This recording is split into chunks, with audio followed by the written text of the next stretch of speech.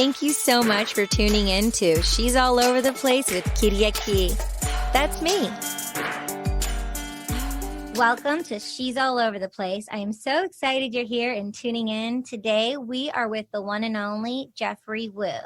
Geoffrey started a brand called H.V.M.N, and it's all about health, wellness, and nootropics. And he has a partner. He went to Stanford. And with no further ado, let's introduce him and have him in. Hey, Geoffrey, how you doing? Hey, doing great, Katie. Really happy to be on this program. Thank you. Thank you for being here. It really means a lot. Yeah, I mean, it's kind of crazy times, but I think more than ever, people want to connect, learn about just interesting things. And I think being in the human performance space, especially biohacking, I think metabolic health, improving immunity, just keeping sane, I think are some of the top things that we're all thinking about right now. So it's a timely time to have a conversation like this. So again, appreciate the platform here. Definitely. We're in uncomfortable times, and it now is more time than ever to be talking about uncomfortable things. And now more and more people are talking about mental health and the importance of mental health, especially with what's happening. So let's dive right in and talk about nootropics. Like, what was your mission statement of starting it? Why? Like, what is going on here? Share with me.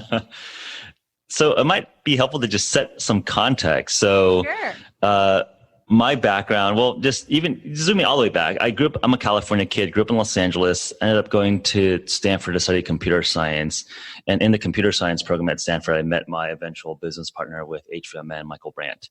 Grew up in Chicago, and he's also kind of a on one hand, kind of an artsy, he ended up, early part of his career actually teaching at the Art Academy in San Francisco. Mm-hmm. But I think what tied us together was this notion that we can enhance ourselves, that humans were not this perfect entity that were unimprovable. And especially during the time that we were contemplating some of these early ideas in 2013, 2014, so many of our smartest friends at Stanford were working on making computers smarter, machine learning algorithms, data science to target better advertising to push products, right? And I think these are some of these themes that is now coming back in 2020, where we're talking about the impact of social media on our mental health. But it was really at that time when some of my smartest friends were working at these big, eventually tech platforms and like really just the best advertising companies, if you talk about their business model, making computers better, essentially. So we really wanted to think about how could we apply the same engineering principles to making humans better. Mm-hmm. And obviously there's multiple aspects or attributes of what makes us human, and cognition, our intelligence, is one very important aspect. And that's where nootropics or cognitive enhancers really target. Nootropics is an umbrella term for compounds that enhance certain attributes of cognition, like reaction time, long-term working memory, processing volume, all sorts of things that you can actually measure and can actually be manipulated and improved. So I think one of the interesting things when you talk about human performance, it's easy to kind of throw your hands up and say, I don't know, it's too hard to understand why LeBron James is the best basketball player or why is someone the best sprinter. But if you actually boil it down, all these attributes into measurable tactical attributes, like, again, reaction time or foot speed or how much weight you're pushing down your calf as you're sprinting, these are all very measurable and all very improvable. Mm-hmm. So that was the approach that we had with Health via Modern Nutrition. We want to enable better humans through metabolism, through nutrition. And one thing that we really think about the modern the modern food environment is that modern health or modern nutrition oftentimes is associated with processed preservatives, very, very calorically dense, but very nutriently empty. And we want to reclaim modern nutrition, taking the best science, the best engineering principles, apply that to our nutrition, and really take our nutrition to the next level. And I think a lot of it is combining the best ancestral knowledge of what has worked over the millennia, and then tie that with the latest science in metabolism, in physiology. And that is kind of the dual principles that we take in terms of what we work on at H.V.M.N. Love this. Love this. And my background is cross-country running. So I learned about short-term, medium-term, long-term goals. My father turned me on to cross-country running. So I know about mind, body, spirit, and what you put into your body, and like preparing yourself mentally, you know, and all of those things, hydration. So with the nootropics that you created, where are they sourced from? They're sourced from, well, I guess the way we think about it is that in the umbrella term of nootropics, there's different types of things that can impact cognition. So we look at things that can benefit chronic long-term memory, right? So these are more chronic, long-term habitual use products. And then there's more acute products that can give you a short-term boost. So, you know, one of our most popular nootropics is a product called Rise. And there's 3 core ingredients in Rise. There's Bacopa monnieri, which has a tradition in Ayurvedic medicine. Mm-hmm. And it's an adaptogen, but I think what is most compelling for me personally is that there's randomized controlled trial data in healthy humans showing enhanced long-term memory capacity improvements versus placebo, right? And the mechanisms there is increased neurogenesis, the growth of new neurons. So neuron growth factor actually increases with this intervention. So to me, it's a very interesting compound ingredient because there is this long-term history of use in humans, but also that modernity of randomized controlled trials that actually validate that this is not just a placebo effect, right? This is not just something that you're fooling yourself. Right. Some of the other sources or other ingredients within Rise also include ashwagandha, which has ashwagandha. Yeah, which is another popular adaptogen with Ayurvedic tradition. But one of the, again, from a scientific perspective, really good data around lowering cortisol and some of the impacts that sort of acute stress that sort of accelerates cognitive decline. So can we resolve that question? And then lastly, one of the key components of healthy brain function is enough acetylcholine, which is the neurotransmitter associated with learning, right? So acetylcholine, and what is acetylcholine made of? Well, there's the choline in acetylcholine, which is found in different nutritional sources, but oftentimes it might be hard to get enough choline just through diet. Mm-hmm. So we have a special form of choline called CDB choline or cytocholine, which is a very bioavailable form to have very high quality bioavailable choline also as part of that stack. So when we develop these stacks or combination of nootropics, we really look at the synergies in the combination that makes sense to provide in a specific product. So it's pretty silly for me to say, but so when you wake up, it's the first thing you do, you take a Rise. I'll probably, drink some water first and then, Rise. And then you have the Rise before your coffee. Yeah. I mean, I think for me, it's like, yes. But like, some of the things that I found very helpful is I also try to just get some sunlight. I mean, I think in this video, you see a lot of sun coming in here. And I think one of the things, especially now, is that because we don't really have we don't have to go outside right now, right? Like a lot of us are working from home, right? Mm-hmm. And by just forcing myself to have our circadian rhythm where I'm like, okay, I'm going to go outside. I'm going to go to my rooftop and get a little bit of sun as I wake up. That has been helpful just as much as it's been helpful to have nootropics and Rise. And I think one of the things that we were talking a little bit about is that when I have my coffee, I have MCT, powered coffee, right? So I think it's like the nutrition and the lifestyle that synergizes really well together. Mm-hmm. So I don't want to just say, hey, eat these things and you're going to be great. I think it's like dial in your diet, but also dial in your lifestyle. Definitely. Yeah. Vitamin D is definitely super important. My sister got me one of those lights, for when it's not in California, for my place in New York, one of those lights that give you the same light as like a vitamin D would. Yeah. So we have the Rise.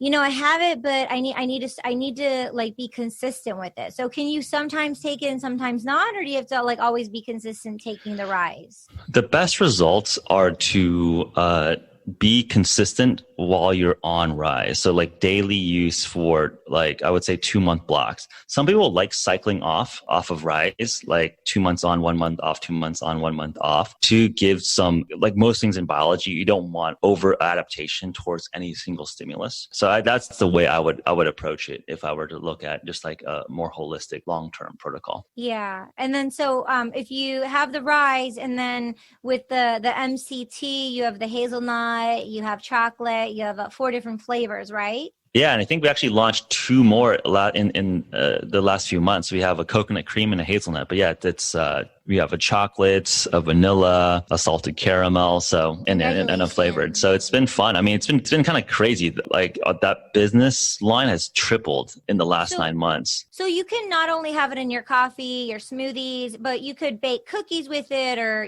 bake cakes with it, right?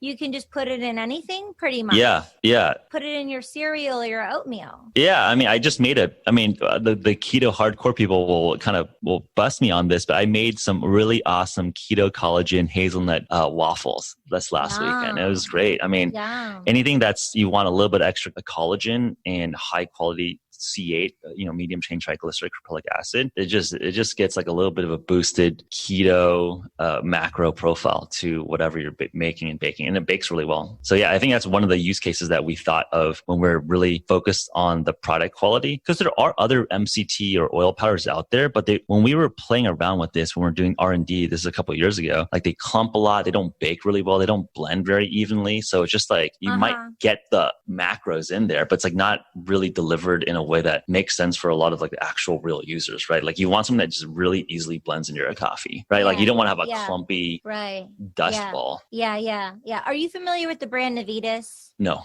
They're vegan. So they have this protein powder, and literally I'll just like make pancakes with it. But I haven't made pancakes in a while, but I'm going to try to do it with the MCT oil. I'm going to make some pancakes, or even put it in the French toast mix. I'll let you know how it goes. Yeah. Cool. Yeah, let me know. So for, the viewers who aren't keto, who aren't hip to keto, who aren't going to be keto, and they're newer to MCT oil, because I actually have seen some people who have products and it says MCT, but there's things in it that's not pure. So what do you want the viewers to know? Because I know yours is super clean. So for the people who don't know, like when you're getting a pure MCT oil, what do you want to make sure that it doesn't have in it? Because, they add those secret things, natural flavors and things like that. So with your background, can you share so people can be educated and know? Yeah. That's a good question. And something to really focus on. So for folks who are just entering the keto and they're just confused, like, I don't know, what is keto? Why do I even want to do this? I mean, I think to maybe answer the broad question and then answer the specific question on what are some of the adulterants or things that you don't want in some of the cheaper products out there. The whole premise of keto is, like, the way I think about it is that ancestrally consistent diets don't have refined carbohydrate intake. Like there does not exist in nature like a sugar bomb, right? Like sugar cane, if you've actually been out on a sugarcane farm, is like very, very hard to extract like pure sugar from. So sugar consumption has been exponential. Like there was 2 pounds of sugar consumed a year for the average American in the 1800s. And now that number is like closer to 200 pounds. And obviously obesity, diabetes, all these metabolic syndromes have skyrocketed since then. So one of the things that, we're a part of, or we, I like to claim or hypothesize, is that we think that to be in a sensible state in terms of just healthcare costs, there will have to be a shift from our current overconsumption of refined carbohydrates. And it's kind of a zero-sum game in the sense that where do those calories go? We think those calories will go more towards healthy fats and ketones. So getting into a ketotic state. So what is this state? Well, it's just when your body is in a low carbohydrate state, it uses fat as its primary energy source. So you want to be fat burning. So meaning that instead of storing fat in your adipose tissue, can you actually more actively use and burn that fat? So you're not storing it. And for better, for worse, our evolutionary taste buds and a lot of our food supply was designed to cure famine. So famine was the biggest killer of humans before the 19th century. Most of the first world, I mean, basically for most Americans, right? Like no one is starving. Of course, there are, small pockets here and there. Let's not, discount that. But I think just generally, broadly speaking, more people are dying of diseases of overconsumption, right? Like 75% of Americans are obese obese and overweight. 1/3 of Americans are diabetic. And high sugar consumption is associated and drives inflammation, right? So these are not problems of famine and starvation. We've luckily solved a lot of these problems. And even if it's almost like a food allocation problem, right? Like there's plenty of food. It's like maybe not going to the right places. And the people who have access to food are eating way too much. So the question here is, okay, we're in a world of never going to ketosis. We're never dipping into our fat reserves. So we're just accumulating fat and fat and fat, and we're never expending it. So the whole point of eating keto is to up intake your healthy fat consumption, lower your refined carbohydrate consumption, and that accelerates being in a state of ketosis, which is a fat burning mode. So a lot of people will talk about being ketosis makes them feel more alert, more sharp, more clear, right? On the enhancement side of house, there's a lot of research around the therapeutic benefits of being in ketosis, mainly body weight composition. And it's been one of the, it's a big celebrity diet. I think Kim Kardashian, Halle Berry are very, very vocal about, their ketogenic diet for body composition. And I know that I think Halle Berry is diabetic and she uses keto to help control her diabetes. So that's, I think, just kind of the background of what keto is. It's a natural metabolic state that our ancestors commonly dipped into as they went from feasting and famine, and they were able to use both their carbohydrate engine as well as their fat burning engine. In the modern food environment, we never run out of carbohydrates. We never switch into the fat burning mode. And that's why we get fatter and fatter and fatter. So it's almost like, again, that reclamation of modern nutrition. How do we reintroduce this healthy balance of macros? Yeah. So that's kind of the context of why even like people should think about this. Right. And I think the easy entry point is not to say, hey, like, slap bread out, can't eat your spaghetti, can't eat your ramen noodles, like done. I think even just 2 or 3. I think even just replacing 1 meal, 2 meals, 3 meals a week that are keto, which is like no carbohydrate, I think puts your metabolism in the right direction. And I think that's where we're trying to broaden our approach. Yeah.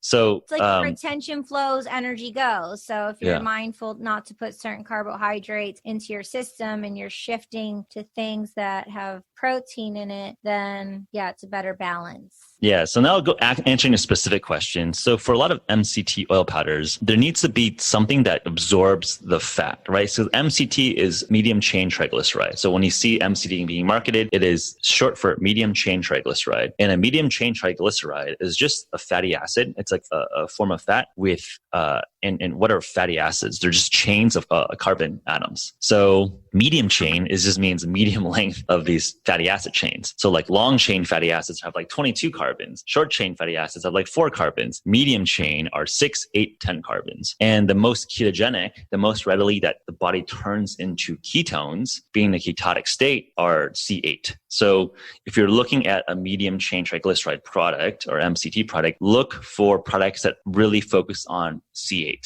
caprylic acid, the 8 carbon length chain, because it is the most readily available that turns into ketones. And ketones. Is that what you have in your product for H.V.M.N? Yes. Okay. It's 8. And yes. And so like, for example, like coconut oil is something that's very, very popular in terms of like something that's high in MCTs. Unrefined coconut oil, right? Correct. And that's just a blend of C6, C10, C8, C10, and C12. And we just like only focus on the most ketogenic form of that. Not to say like there's no benefits or value of other medium chain triglycerides, like for the use of spiking ketones for like a morning cup of coffee to get as much ketones and like keto energy, C8 is going to do that job for you. And then there's like and is it in your body and in your mind? Like, what do people expect from it who haven't tried it yet? Do you see a result right away or weeks later, or is it different for everyone? So interesting thing is that it's similar to, if folks have heard about like fasting, like just shorting their eating windows. For folks that are less metabolically flexible, meaning that they're always used to eating carbohydrate, it actually might feel a little bit worse for you because it's like exercise. If you haven't exercised for a year and like, hey, go do a marathon now, you're going to feel crappy because you're just like, my body's like, what? Have you ran a marathon? I've never done an official one, but I did 30 miles for my 30th birthday. So like my first quote unquote marathon was an ultra marathon. But all of my colleagues are crazy, weird endurance people. So like you would like Michael. Michael is like a big runner. I mean, he's a 2:45 marathon runner. Wow.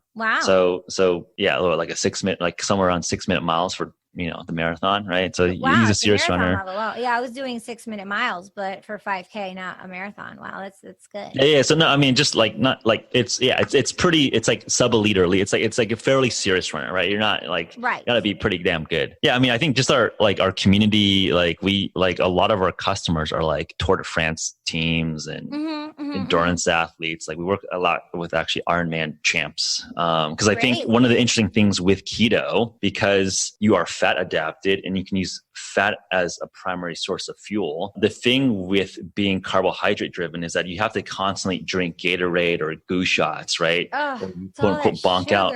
Exactly. So you're just eating sugar bomb after sugar bomb. I did that when I was a teenager. I was just drinking after a race. It's like I was just drinking these Gatorades, but it's just all sugar. Yeah, we just didn't know any better. I think we were just like less. And it's actually kind of funny. One of my friends who eventually started a company called Verta Health, which is using a ketogenic diet to treat diabetes. He literally was an age group champion for an Ironman, and he was pre-diabetic because he didn't know any better about like just chugging down sugar water and like sugar bars through like these races because he was very, very carbohydrate driven.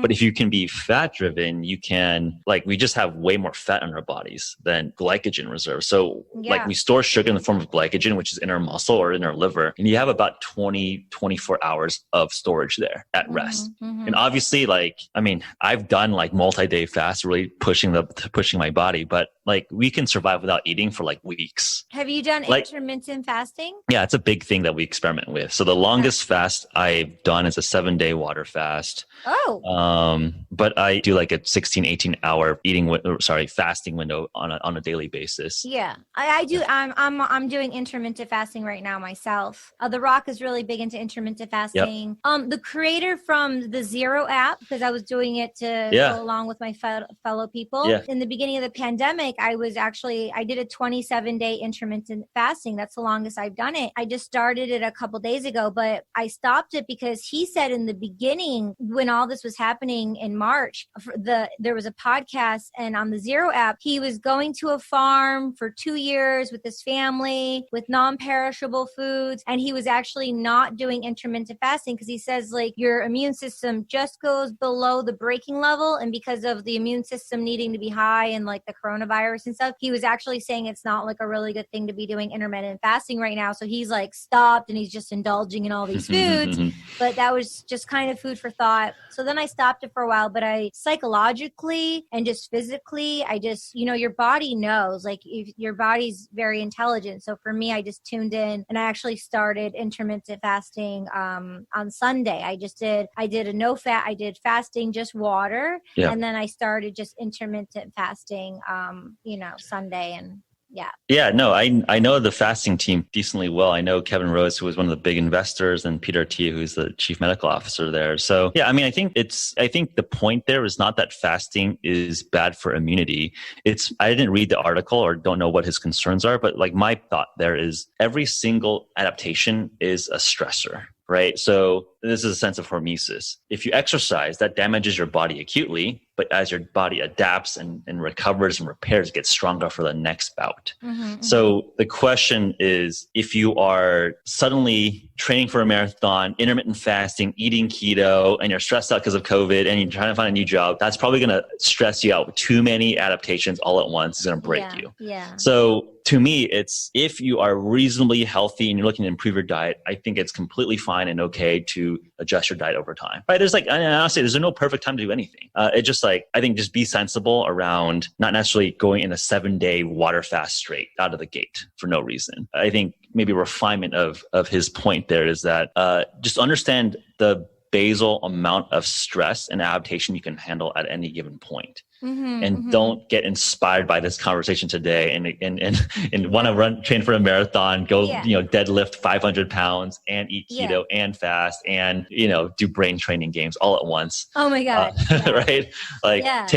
Introduce what these interventions one at a time. Yeah. So now let's take it to the extreme opposite for the couch potatoes. For people who just aren't actively working out, they never have, they're not athletes. They're active, they walk here and there, but but maybe they're at an age or maybe something physically is going on with them, or they're just not athletes. The nootropics that you offer and the MCT oil, it's great for your cognitive brain function. So these can still be beneficial without doing a keto diet. Talk about the benefits of these without coupling it with training, physical training. Yeah, I think that's just a very exciting area of research right now. Can ketogenic diet or ketones be useful for cognitive impairment, mild forms of dementia? So we're actually supplying an NIH study that's ongoing right now looking at ketones, which is the end metabolic state of being in a ketogenic diet for mild cognitive impairment. And that's being done at, some of the leading Alzheimer's dementia researchers in our country today. So that my point here is not to say that, a ketogenic diet is going to necessarily reverse Alzheimer's, but it is being studied in very serious academic circles. And there's very interesting animal models as well as mechanistic arguments of why this approach works. So one of the common theories around Alzheimer's is Alzheimer's really a type 3 diabetes, an insulin resistance, or a diabetes of the brain? So when you actually look at Alzheimer's brain, you actually have lower energy intake and lower glucose metabolism. So usually sugar or glucose is the primary fuel for the brain because glucose is a small molecule. It crosses the blood-brain barrier, and it's a very nice available source of energy. But as we consume more and more carbohydrate, we build up tolerance for glucose. And like most things, you always have adaptation or a tolerance, right? Like if we are drinking a bunch of wine and we practice drinking wine for a year, we're going to not get as drunk as quickly, right?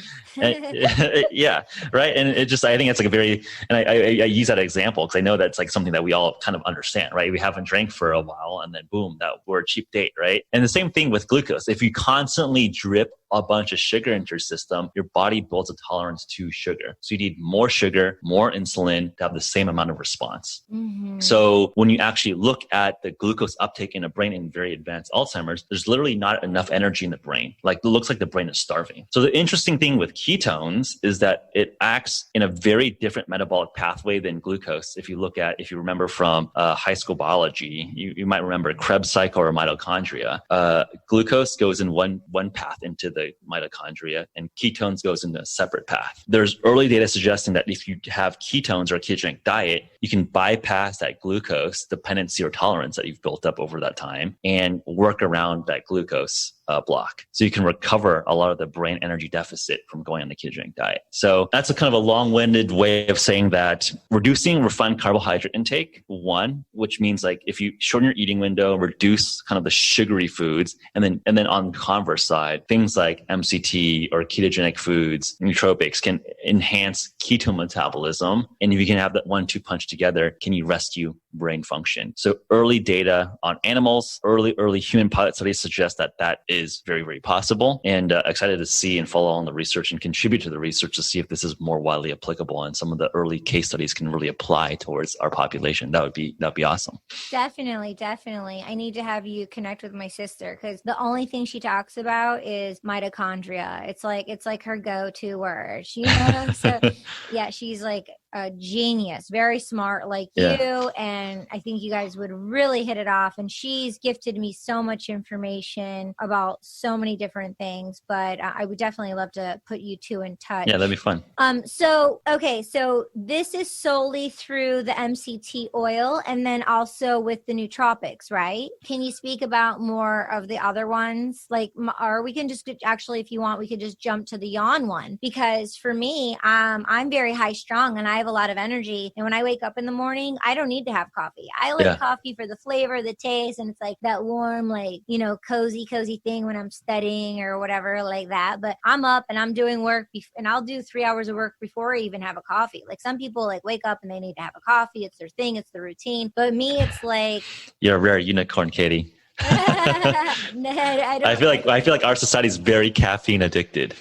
So with that being said, I get so high on a horse and I'm at the top of the mountains and for me to transition to come down, I need to have a massage, put on Tibetan music. I need to remember to take my minerals, some magnesium to kind of chill out, to take a shower, to kind of do a sound bowl meditation or something like that. And what I do because I have to remember to do this. You know, I can't just set an alarm all the time. But if I'm like, okay, like I want to get a deep rest tonight and I want to fill myself up with my minerals, I'll take the Yawn, which is one of the H.V.M.N products. And actually, it's the one I've taken the most. And I love it so much. Like literally, like when I take it, I make sure that I'm not going to be on the electronics. So, you know, my retina is not being stimulated with the circadian rhythm that you were mentioning earlier. And so I'll take the Yawn and literally I'll have such a deep, deep restorative sleep. It's amazing. It's so great. And I'm always like, I love the product. I love the glass. I love because it's reusable too. Like you can save it and like use it for other things, but it's so classy and sophisticated. And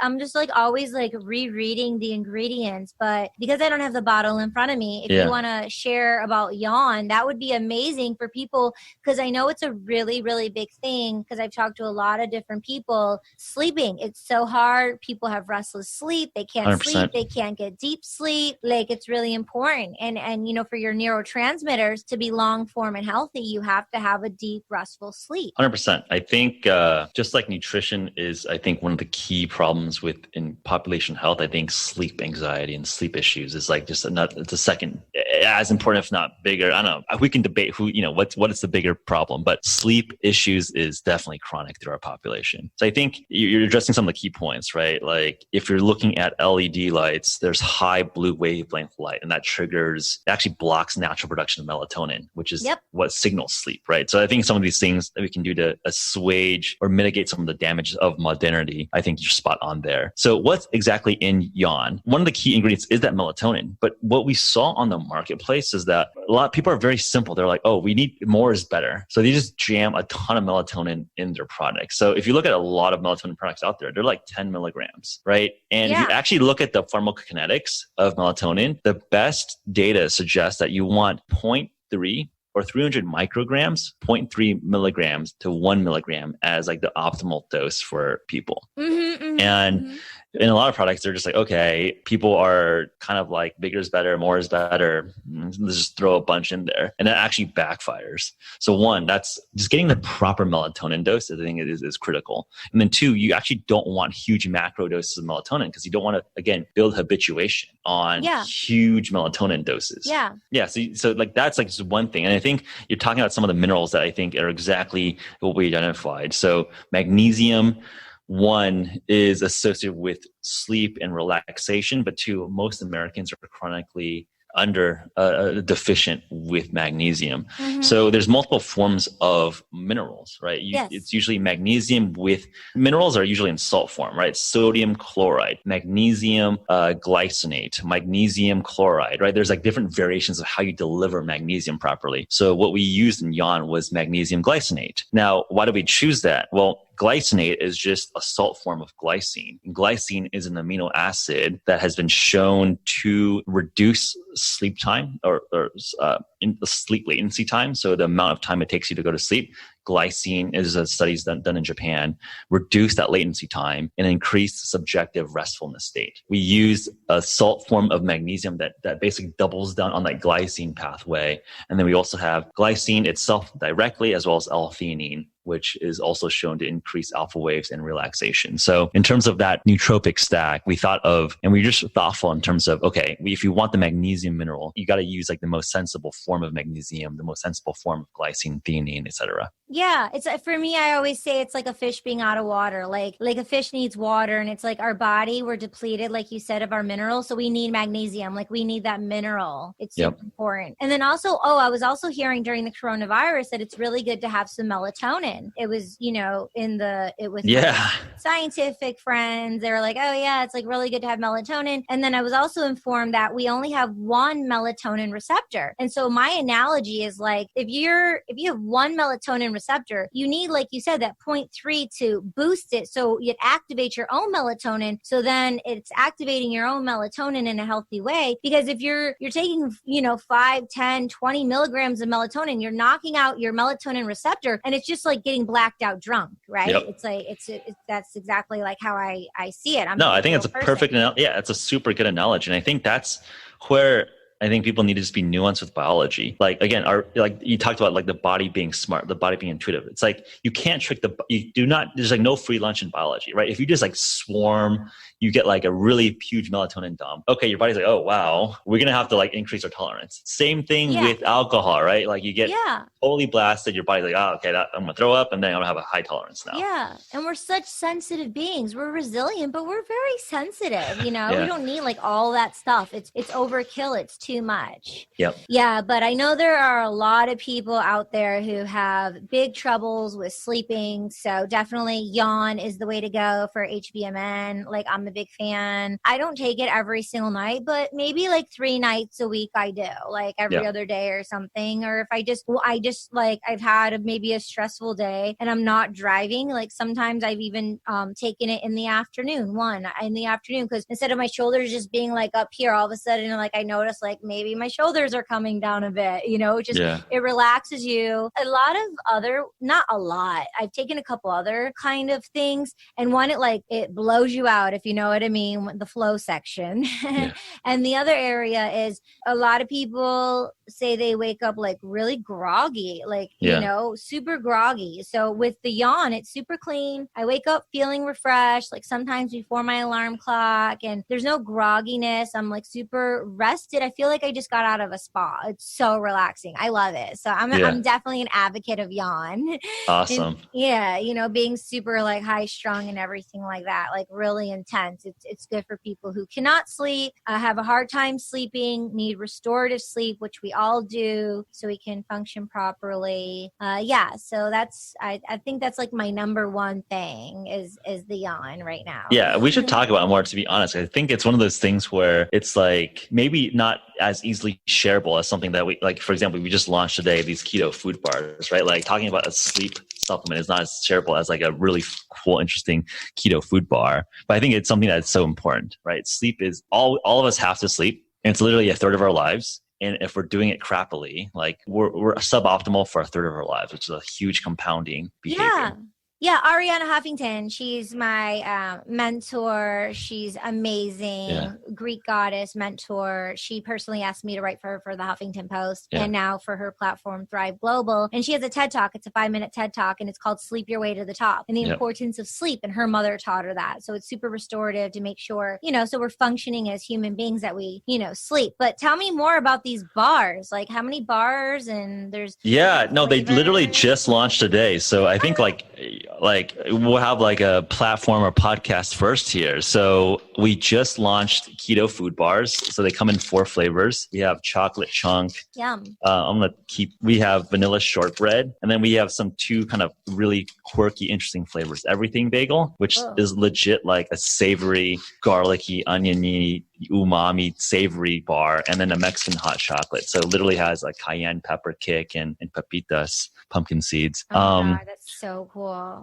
And they're certified organic, and 2, they just actually taste good. I think what we saw in the marketplace when we're designing these bars over the last 12, 18 months was that all the healthy bars in the market, they actually have a ton of sugar in them. Like if you just literally look at the black, like it's just like, they're pretty sweet. And I think, and then, we're pretty nerdy at H.V.M.N. So we wear these continuous glucose monitors, so these like pseudo implants where you can install into your arm, and it tracks your blood sugar in real time. Wow. So you can actually see, like, I don't want to put any brands on blast, but, we were literally measuring some of the top healthy brands that you associate with like a healthy bar, and they spike your sugar like a candy bar. Yeah. You're not putting anyone on blast. If you want to educate and share, that's totally cool. That's why we're here. So, yeah. So like Cliff Bar, for example, it's something that I grew up kind of eating. And when we're just measuring the blood glucose performance, it literally spiked the blood sugar 30 times larger than what a keto food bar spikes.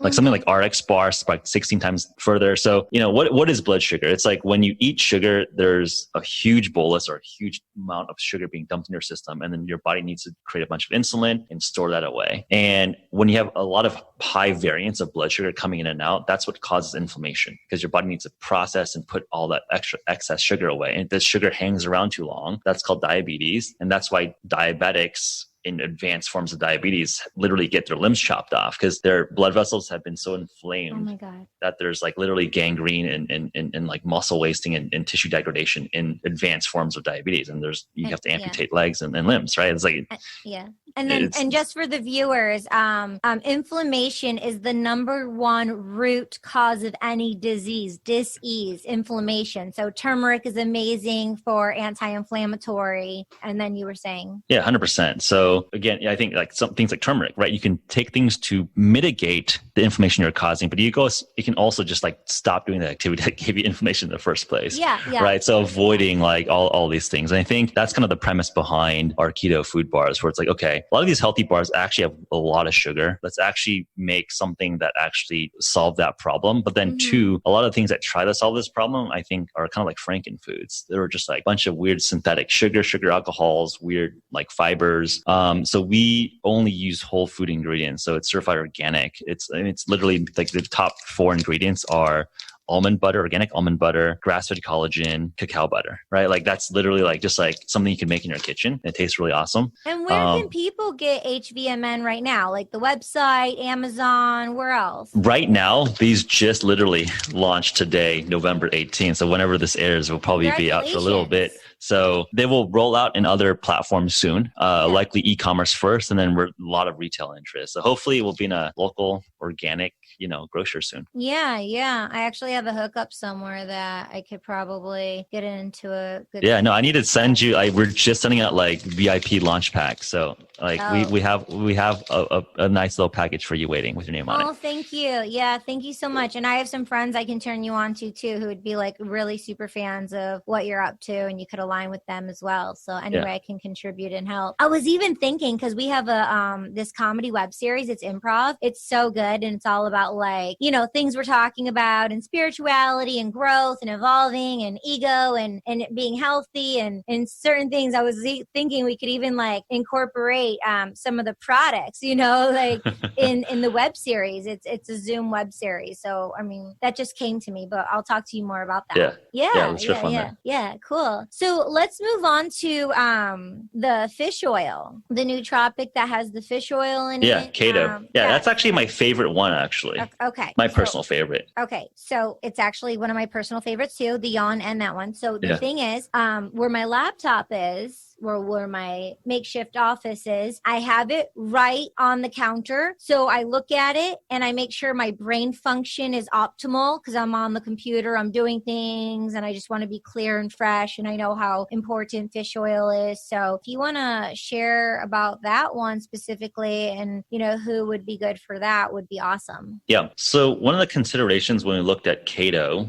which is actually like the kind of the funny thing about the name, is it stands for K, antioxidant, and which we chose was astaxanthin, which is found in berries as well as krill oil, and D is for vitamin D, and then O is for omega-3. So it's kind of like a backronym in terms of like the core ingredients for why we chose keto, or that name. Let's go, I guess, backwards first. Like the start of the show here is the omega-3 or the fish oil. So why do people like fish oils, or why is this like kind of people think it's generally healthy? Well, if you look at the types of fat we consume, ancestrally, we eat a lot more grass-fed animals and seafood compared to seed oils or plant oils. So plant oils oftentimes have a lot more omega-6 content, which is a different type of fatty acid than omega-3 content. So in early human diets, you had like a more of a 1-to-1 ratio of omega-3 to omega-6. And now in the standard, or kind of the common diet today, because we have a lot more seed oils or vegetable oils, omega-6 omega-3 ratio is very, very extreme. It's like upwards of 20-to-1 now. Because a lot of Americans don't have access to like seafood and like grass-fed beef and kind of these more expensive or exotic fresh ingredients, which is again, we should have availability for these things. So that's why there's a lot of emphasis and good positive data around, okay, if we can rebalance our omega-3 to omega-6 ratio, that's more ancestrally consistent, that likely leads to better health outcomes. So that was kind of one of the kind of starting working propositions developing keto. And then secondly, as we looked at for nootropics or cognitive function, there's two main forms of omega-3. There's DHA and EPA. And DHA is the form of omega-3 that is the main building block of brain cells, neuron cell membranes. So there's a lot of early data with supplementing newborn babies with a lot of DHA and omega-3s. And actually, like very early versions of baby formula did not have omega-3. And those babies had neurological issues as they grew up because they did not have omega-3 content. Was that in the 50s, 60s, or 70s, or all? Yeah, I mean, basically like kind of early when people got off of breastfeeding, like that, those are some of the early data there. And so that's why we chose, like in our keto, there's a very, very high ratio of DHA to EPA. So typically in just normal fish, there's more EPA than DHA. So in keto, we specifically ramped up the DHA content. And one of the things that synergizes really well with omegas is antioxidants or astaxanthin. So one of the reasons why krill oil is very popular compared to just standard fish oil is the astaxanthin content. So we made sure we had like a proper amount of astaxanthin, which is one, more consistent with how one consumes omega-3s or fats in nature. But two, one of the things that is risky or something that could be to look out for is that these omega-3s are very delicate and can get rancid or oxidized really quickly, meaning that they kind of go bad. So if you have antioxidants, it prevents the omega-3s from going rancid or sort of rotting. So that's something that you want to think about, is not to like eat rotten fish oil, right? Yeah, like, gross. Which is, not good. And then vitamin D and vitamin K too. So one of the interesting things when you look at D and K is that D and K are fat soluble, so they transmit really well when you have fat content, when you consume these micronutrients. And then vitamin K2 and vitamin D3 synergize really well together. So some of the kind of the superfoods like natto, which is fermented soybean, and it's like a Japanese fermented soybean, very high in K2 and D3. So that's like a very common pairing in nature. And when you look at supplementation of K2 and D3 together, you get added benefits than just either alone. And a lot of people don't know that when they take their vitamin D, they need to couple it with the K2. So many people do not know this. Yeah, I think it's like I don't know. No one teaches you this. So. Yeah, like it's normal for you. And I know about this because I was taught, from my sister. She taught me this. But like my grandmother, who's 91 years old, like she goes to the doctor and we send her like, yo, you have to have this with, I send it, and she has to talk to her doctor about it. Fine. Okay, fine. But, she's at the age, and when you get to a certain age, you're stubborn. You don't want to, some people only want to do what their doctors, tell them, and they get to a certain age, where it's like they may be, on the 50, 60, 70, but they're not like hip to some of the things we're saying here, and their doctors don't even know some of these things. Yeah. Yeah. I mean, I think that's been one of the interesting things about speaking and working with doctors is that you talk to your primary care practitioner. You ask them how many hours of nutritional lectures they have all of medical school. And they'll say they had 4 hours of nutritional training. And it's not because I don't think doctors are trying to not know about nutrition. It's just not the emphasis in Western standard medicine these days. Yeah. And then 2, they're so busy just processing and going through the billing system and the healthcare system where they're just like coding, like, okay, I need to give you this prescription. I get paid this much. I need to code it to this healthcare insurance. And like, I'm kind of like a technician here in the system and not for the people. Yeah. So different. Exactly. So I think, I don't know how to solve this problem, right? I've literally been talking to doctors and healthcare administrators, just like the incentives, like you need to incentivize people somehow, but it's like, I think the doctors want to help the patient, but they literally can only talk to them for 10 minutes. And it's just like, if you have 10 minutes to treat a patient, it's like, all right, what's the easiest way to like get paid and like write you a prescription? They're not trying to ask you about like your diet, nutrition, and get to know you. And it's based on what you tell them. And sometimes you don't even know what you're telling them because you don't know what is going on. And it's like, you need someone to help you get to the root of what's going on, and then they want to give you some big bill, and then there's all this anxiety and fear. So it's like we're not getting to the root of the solution. Yeah, which is a sad flywheel, right? So you almost feel like you don't even want to tell them all your problems because you're gonna get a bigger bill, and then just like this weird issue, or it's like you can't even trust your doctors anymore. And it's a weird system where like I talk to doctors that they want to help people. I don't think that doctors are like, oh, I'm just here to like not help people. Like clearly there's a lot of training, a lot of effort to even qualify for med school, and they're really smart people. But it's just like the system is not designed to actually care for the human. Yeah. Yeah. So with that being said, I feel for me personally the keto is something good for me to take every single day for my brain function. That's one where I'm like, I don't take it every day. I'm like 4 or 5 times a week, but that's one where I want to be like, yeah, I want to be at my optimal for my brain function. So yeah, I mean, do you think that's okay to be taking it every day? That's totally fine. You can't like overdose on any of these things. No. Yeah, no, I mean, especially with keto, it's very, very well established in terms of getting the right omega-3, omega-6 ratio is like just sensible. Like we're chronically overdoing omega-6. So we're just like fighting the good fight to like help rebalance the force, if you will. Yeah. Yeah. So is there anything else you want to share? No, I think we covered it there. I mean, yeah, just personally, I think it's one of my personal favorites. I mean, I think omega-3s, another thing is like, it's a really good anti-inflammatory. And I think you touched upon that. Oh, yeah. I didn't know it was a good anti-inflammatory. I didn't know that one. Yeah. Okay. Yeah. Oh, and the other thing is I love the color of them and like how they feel. They're like so small and they're just so easy to take with water.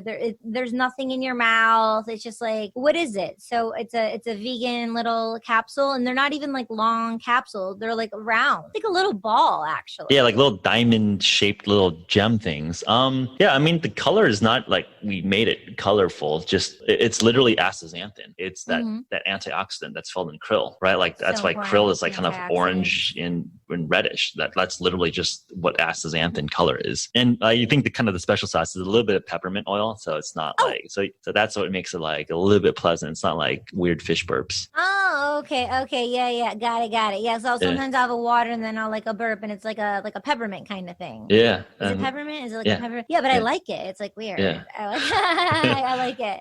Yeah. Okay, so moving on to I have a funny story about this one, but sprint. So the sprint, right? I'm a cross country runner, so I'm all about the long distance. I have never been a sprinter, and with my personality and the way that I am, honestly, like let's talk about the sprint, but I definitely have a funny story for you.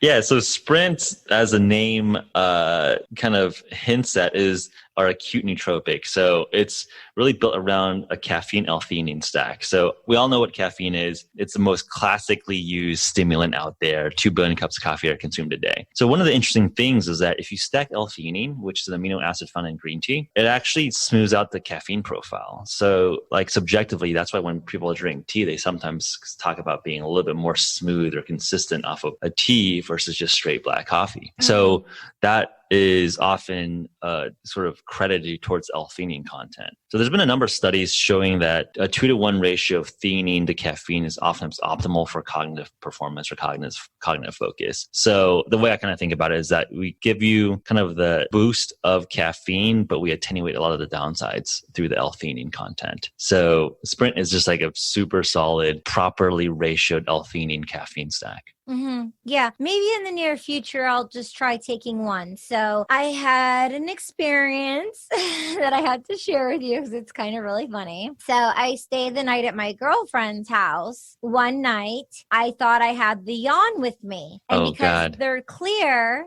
and they're both white, and I didn't look at the bottle because I'll just pop 2 yawn. I popped 2 sprints. And literally, she was sleeping and she got up at 6 a.m. to go to work. And I'm literally like, I was up the whole entire night. My mind was just going like this. And I was so excited and I just couldn't stop. Like I was just like this for hours, like 5. I mean, it works. The sprint really works. But like, there was no way I was going to sleep. We laughed about it. We seriously laughed about it. It was the funniest thing. It's one of the funniest things I've done in a very long time. Yeah, I was just like, I was so jacked. I wasn't jittery or anything, but my mind was just so alert, alert. But when you're wanting to sleep at 1, 2, 3, 4 in the morning and not be alert, but I just and I was at my girlfriend's house, so I didn't want to get on my laptop and I don't know. I didn't but it was insane. And I just couldn't even believe that I did that. But Sprint is amazing for people who need it. And a lot of people need it, right? A lot of people need it. Yeah, just don't take it at midnight and accidentally pull an all-nighter. I'm sorry we probably ruined the next day for you, but it was just like... No, No, I was up all day. I was fine. I was totally fine. It didn't ruin the next day for me. I was on the go. Okay. Yeah, no, but it's, I mean, it's funny. Don't mix them on accident. Yeah. Oh my gosh. It was quite the experience. I'll never forget it. And I'm like, I just couldn't wait to tell you about it. That's funny. I just can't imagine like just having to just lie there while your brain is racing for 6 hours. That's like a form of torture. at my friend's house. It wasn't even like I was at my place where I could, but watch something or do something. Yeah, it was funny. So sprint is good for people who need to do all those kind of things.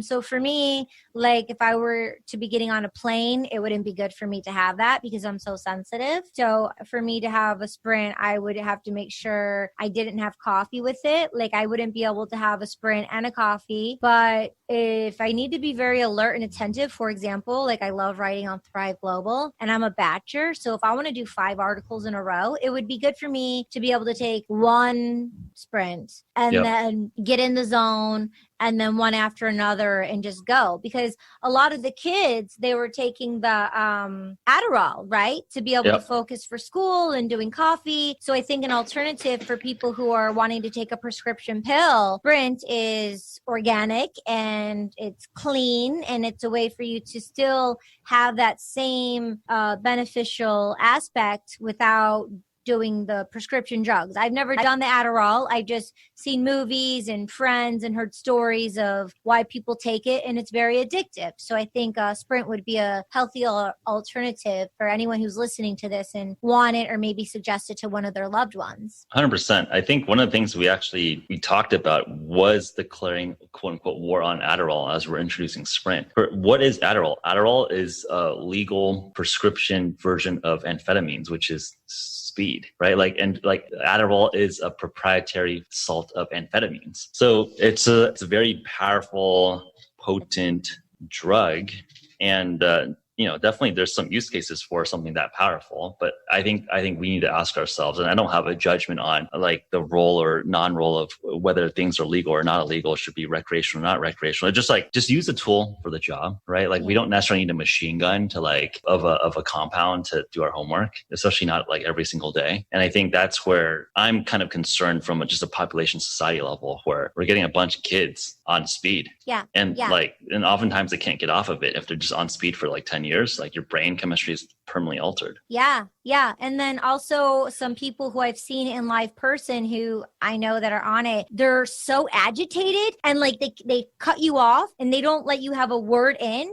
And so I haven't done the Sprint too many times, but I've actually only done the Sprint twice. I've taken it twice, but I didn't have an agitation with it. And when it like wears off, it's like a green tea where it's like a natural wear off, where there's not like a jittery effect afterwards or like this abrasive thing that I've seen people who are on Adderall, their behavioral actions. Yeah. And that's just like a small slice of what I've seen and experienced myself. Yeah, 100%. Yeah. And I think it's I think kind of just maybe this is the engineer in me speaking here, is that you have to just use the right tool for the job. And I think us as a nutrition or a product company, like we want to just provide really, really good tools for people. Mm-hmm. Definitely. Yeah. Well, I love the work that you and your partner are doing. I'm so happy that your company is around. H.V.M.N. I'm a big fan, supporter. And then this is just like going full circle. Like how many years were you at Stanford? 4 years. So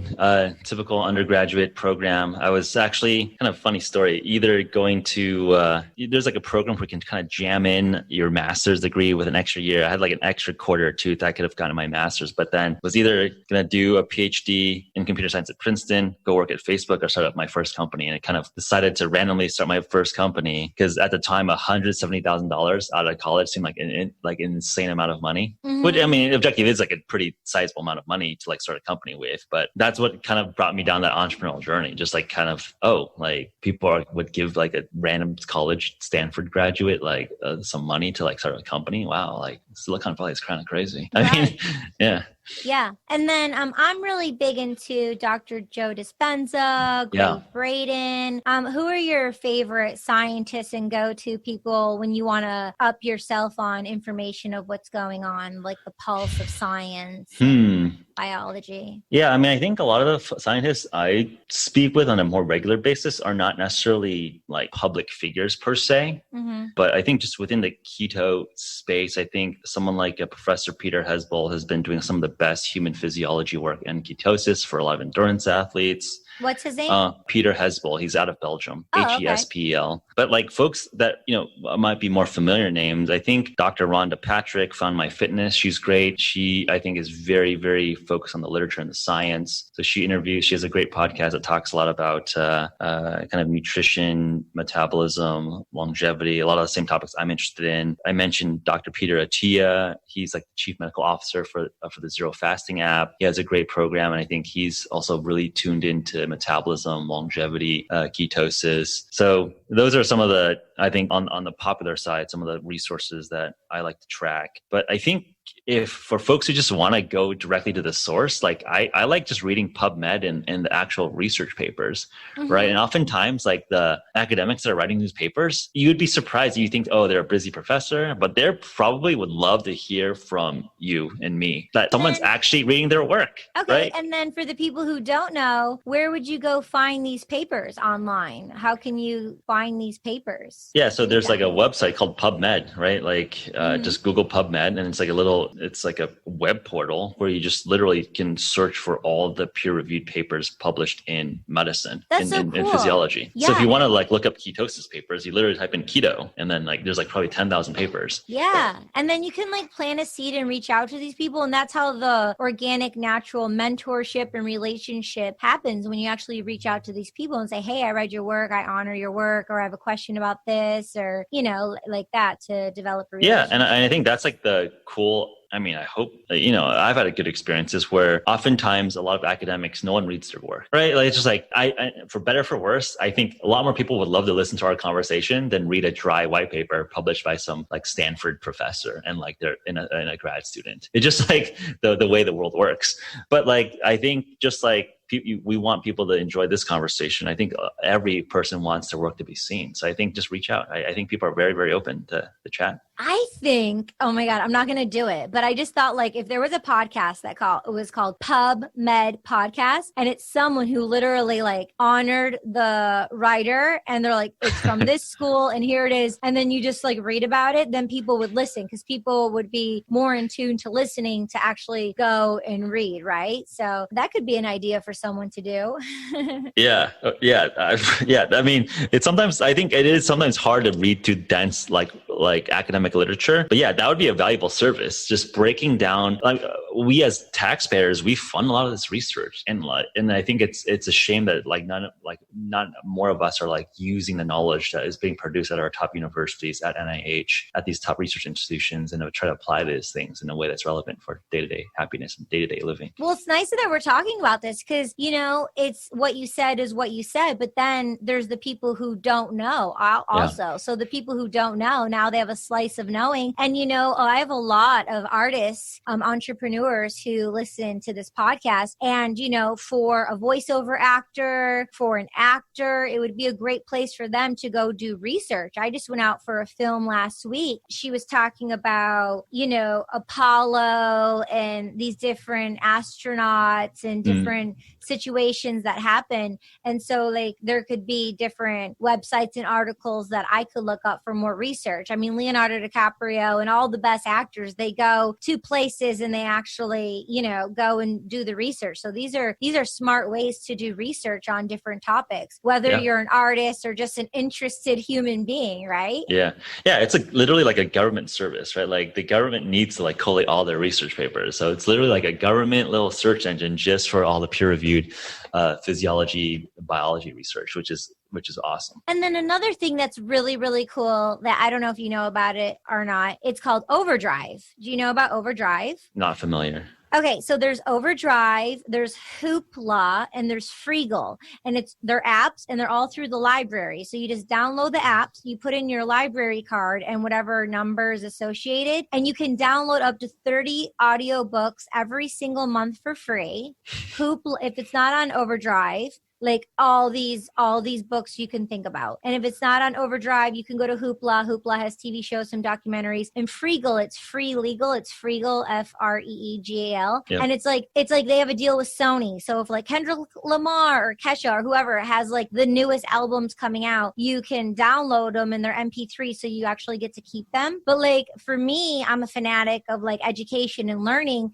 And like I love reading, yeah, but sometimes it's just like a lot, right? So I'll just listen to these audiobooks on Overdrive, and I love holding a book. I love obviously having a book. I have the Course in Miracles right now. It's a 600-page book that I'm trying to get through here. But the Overdrive, it's so great, and it's free. It's through the library. So that's why I like to have this platform to share information with people and to educate them. Because I mean, I honestly feel like education, should be for everyone. And so this is a way for people to find out about those kind of things. But hopefully, you'll check out the Overdrive and you can find out some more research. Yeah, I mean, there. that sounds awesome. I'm gonna check that out. Like 30 free audiobooks, man. Okay, so you have 30 free audiobooks per month on Overdrive. Now, if you want to read them off a Kindle, like a Kindle or whatever, you do the ebooks instead of the audio. You do the ebooks, and it automatically checks it out from Amazon, and then automatically it takes it away after 21 days, like you're in a library. And so you can. That makes sense, right? Like libraries, that's genius, right? Like I'm glad someone's modernizing the library, right? Like I don't want to go to the San Francisco Public Library right now. Yeah. Hey, like a digital library makes sense. Yeah, definitely. Cool. So speaking of books, just to kind of hone it in and wrap it in here, what are your favorite go-to books? It can be in your profession. It could just be a passion of yours or something that's inspired your journey, your choice along the way as a spiritual human being, something that's impacted you. If you could suggest a book or two to the viewers, that would be really neat. Yeah. Well, maybe I'll suggest checking out The Immortality Key. So I recently met the author, Brian Murarescu, and the premise of The Immortality Key is tracing back some of the early rites of Paleo-Christianity and the Greek illusion mysteries, which were these kind of like very mystical ceremonies that Roman emperors like Marcus Aurelius or Plato, these philosophers, like went through and had like these life-changing experiences. And he's relating that to some of the most recent research in psychedelics or psilocybin around how people are finding religion from psychedelics. So I think it just recently made the New York Times best-selling list. Super interesting. I think it's just a journey through both the Greek classics as well as archaeochemistry, and just like actually applying a lens of science. Can we find archaeological evidence of psychedelics in early rites of beer or wine, which I think is super interesting. Like microdosing? So I think the most aggressive thesis proposed is the original Eucharist. Is that Jesus's blood? Is that really wine, or was that a psychedelic wine with mushrooms or LSD or some other spiked crazy stuff? So cool. And I think so. I think that was just kind of a mind opening from a possibility perspective, but also it made religion more human to me. If that was really the origins of religion, because I think when we read these spiritual books in 2020, it's like, I don't know if I really literally believe in like a talking burning bush. Or, I don't know. Like it's like it reads like a Lord of the Rings novel to me, right? It's just just as kind of fantastical, right? I don't want to be blasphemous, but it's like, if you don't think about it too hard, it's like, talking bush or talking dwarf. It's like, is it Zeus or whatnot? It's all kind of like arbitrary. But if it's like, maybe some of these visions or these experiences really like amplified through psychedelics. I can actually like relate to that a little bit more personally. I get now the human experience of how some of these prophets or early religious leaders were like really processing information at a very different dimension or level. And I can now see like how they might be like kind of divine, thoughts and instructions. So that I think was like the most interesting part of just like, this is like, it humanizes religion a little bit more. I love that. And we naturally naturally produce DMT in our brain. Yeah. Yeah. I'm Greek, by the way. Okay. Yeah. So I'm curious. I mean, have you heard of so I think it was interesting because the author could read ancient Greek, and he was really comparing Dionysus, the wine god, with a lot of the same parallels with Jesus. Or again, it might sound kind of weird at first, but a lot of the language, at least in the ancient Greek, the son of God, that's like a very common nickname for Dionysus, the wine god of Greece. Obviously Jesus, people describe as the son of God, and they both share wine as some of the earliest miracles, right? Like wine miracles was Dionysus's thing, and Jesus's first miracle in the Gospel of John was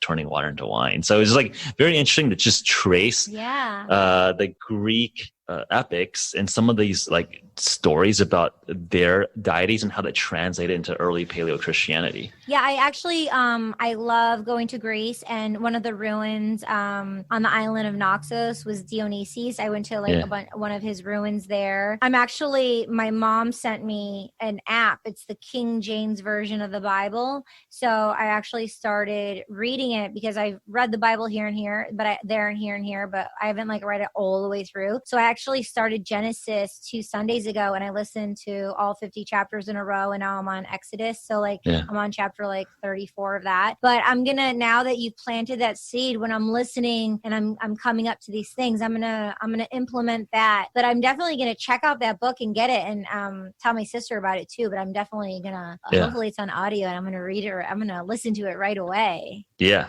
Yeah, no, I think especially from Greek tradition, Greek background, I think it's especially interesting. Apparently, it's the book of John that had some of the most interesting, what the author posited was that it was designed for a Greek audience. All the language and the metaphors were very sort of the phrasings and the words were very designed for what was at the time Greek culture. The translation stuff is also just interesting, where he would just really citing just details where when people discussed communion, it was you eat Jesus' body and drink Jesus' blood, but the actual Greek word is gnawing and munching, which is a very different connotation than just eating and drinking for communion, right? So it's just I think some of these details, which is lost in translation, I think is fascinating to be able to, and again, it's interesting to apply that lens to history, right? There's so many things lost in translation as you're missing through languages. And I think it's kind of the same approach as we're applying to the future with nutrition. There's so many layers of information that can be lost. And if you can actually read the source material, you can actually interpret, understand better. Yeah. In addition, have a clear mind and body and spirit through the nootropics. So,